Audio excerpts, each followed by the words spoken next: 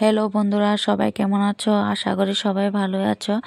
আমিও ভালো আছি। তো আজকে আমার ছেলের জন্মদিন উপলক্ষে কি কি করলাম তোমাদের সাথে একটু শেয়ার করতেছি। দেখো, এদিকে আমার ননদ, শাশুড়ি, তারপরে আমার হাজব্যান্ড সবাই বসে আছে, আমার মেয়ে পর্যন্ত।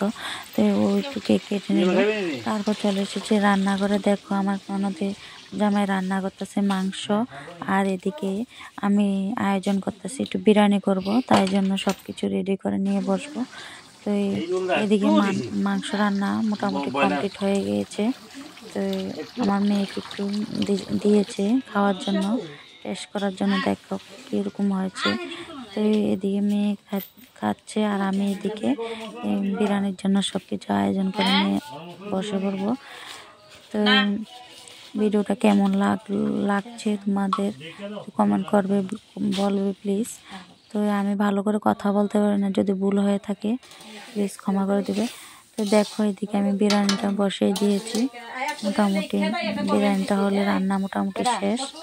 তো কেমন লাগলো ভিডিওটা তোমরা বলবে। তো আজকের মতন ভিডিওটা এতটুকুই।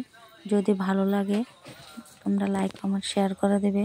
তো দেখা হবে অন্য একটা ভিডিওর মধ্যে। Tata, by.